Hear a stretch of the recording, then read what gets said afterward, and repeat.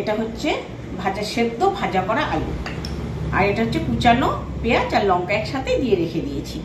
আর এটা হচ্ছে সেদ্ধ করা ডিম দুটো আছে, সেটাকে আবার টুকরো টুকরো করে কেটে নিয়েছি।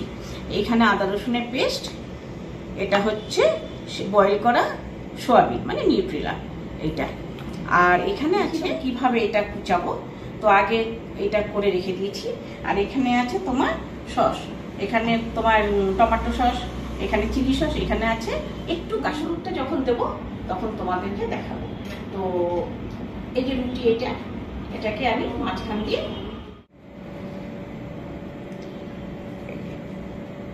দিয়ে এরকম করে কেটে নিলাম, ঠিক আছে। এবার এটাকে রোল করতে হবে। অন্যভাবেও করা যায়, তো আমি এইভাবে করেছি, তোমাদের সাথে শেয়ার করলাম। এই দেখো, আজকে তোমাদের একটু কষ্ট হবে আমার কথাগুলো শুনতে, কারণ আমার প্রচন্ড ঠান্ডা লেগেছে, তার সাথে একটু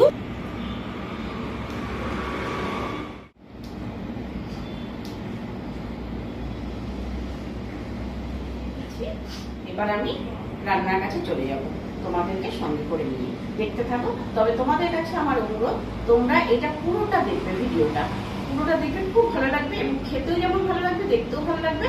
আর কি করতে হবে, লাইক আর সাবস্ক্রাইব করে দিও। হ্যাঁ, দেখতে থাকো। দেখো আমি কড়াইটা বসিয়ে দিয়েছি। এই কড়াইটা নিলাম কেন জানো তো, আমার মনে হলো কি ব্যাপারটার মধ্যে একটু চাইনিজ ভাব আছে, তাই একটু চাইনিজ কড়াই করলে কেমন হয়, তাই চাইনিজ কড়াইটা নিয়ে নিলাম। প্রথমে আমি দিচ্ছি এই যে লঙ্কা আর পেঁয়াজ একসাথে কুচানো আছে সেইটা।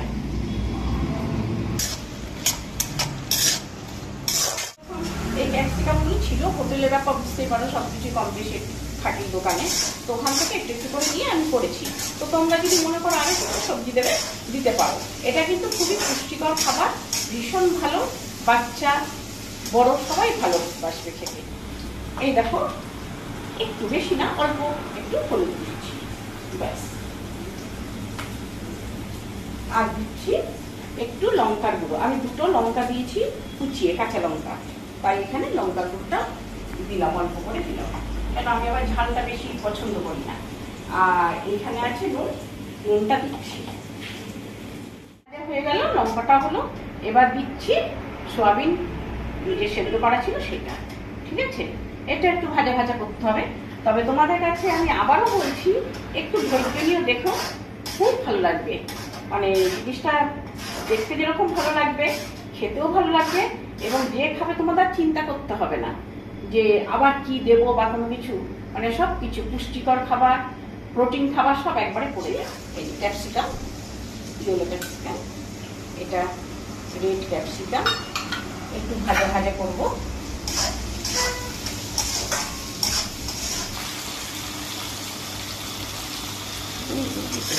জানো তো, তোমরা বিশ্বাস করবে কিনা জানি না, আমাদের বয়সী যারা আছে তাদের মনে হয় আমার মতন এই প্রবলেমটা হয়। আমার রাতে ঠিক করে ঘুম হয় না, রাতে জেগে যাই, ওই 3টে 3:30টার সময় উঠে পড়ি, উঠে বসে থাকি খাটের মধ্যে, অন্য কোনো চিন্তা করতে পারি না।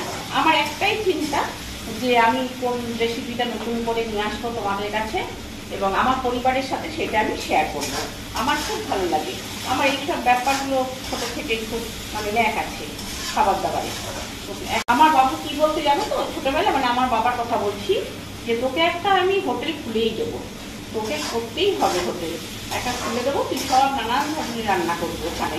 তাই সত্যি সত্যি দেখো সেটা লেগে গেল, বাবা মার কথা তো, সেটা ঠিক একটু এই দিয়ে দিলাম, দেখতে থাকো।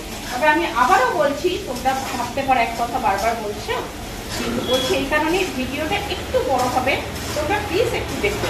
আমি এই রেসিপিটা খুবই ভালো, হ্যাঁ। আর আমি কিন্তু রেসিপিটার নাম তোমাদের বলতে পারবো না, আমি সব খুঁটিনাটি সব দেখিয়ে দিয়েছি তোমাদেরকে, তোমাদের বলতে হবে রেসিপিটার নাম কি, কারণ আমি নিজেই তো জানি না, মাথায় এলো পড়া শুরু করে দিলাম। এবার আমি কি করছি, এই যে এই রুটিটা দিয়ে দিচ্ছি, যে কেটে রেখেছিলাম কাঠি দিয়ে, সেই কুচানো রুটিটা দিয়ে দিলাম। এরকম জানো তো চাইনিজ কড়াই কি হয়, এরকম এরকম করে তুলে করে, আমি তো সেটা পারি না, তো তাই একভাবেই বসিয়ে রেখে দিচ্ছি, ওভাবেই করছি। এবার দেবো এই সেদ্ধ করা চিকেনটা, আমি একটু হাত দিয়ে ছিঁড়ে ছিঁড়ে দিচ্ছি, ছেঁড়া ছিল তবু আর একটু দিই। এই দেখো এটা আলু, এই যে ভাজা আলু, এটা ডিম, সেদ্ধ করার ডিম কুচানো। এবার দিচ্ছি কাসুন্দি তো মাস্টার সস, ঠিক আছে? এরকমই দেবে, আর বেশি লাগবে না। এটা হচ্ছে তোমার চিলি সস, এটা হচ্ছে টমেটো সস। ব্যাস, একটু নাড়াচাড়া করে এবার হয়ে গেল। গ্যাসটাকে একটু কমিয়ে দিই। এবার যে কাটা ছিল লেবুটা, পাতি লেবুটা, ওই রসটাকে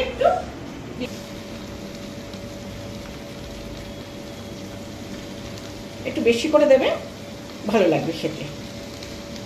আর দিচ্ছি শসাটা ছিল, শসাটা 2 চামচ শসা। ব্যাস হয়ে গেল আমার পুষ্টিকর প্রোটিনযুক্ত খাবার। মাইক্রোওয়েভে হোক, কড়াই হোক, যাই হোক, গ্যাসে নিয়ে তোমরা গরম করে নেবে। একটু গরম গরম খাবে, ভালো লাগবে আমার মনে হয় সেটা। কেন রুটির ব্যাপার তো, বাসি রুটি দিয়ে যে করতে হবে তার কোনো মানে নেই। বাসি টাটকা যা থাকবে ঘরে সেই রুটি দিয়েই করবে। এবং যারা রুটি খেতে পছন্দ করে না, আমি কথা দিচ্ছি তারাও খাবে এবং বারবার খেতে চাইবে। এবার প্লেটে নিয়ে নিলাম।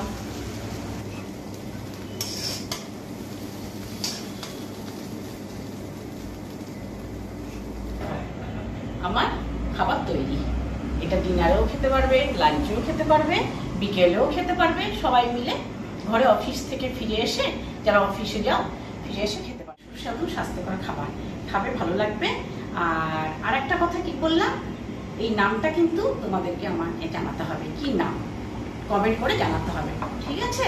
তাহলে জানাবে কিন্তু। চলো আজকের জন্য টাটা।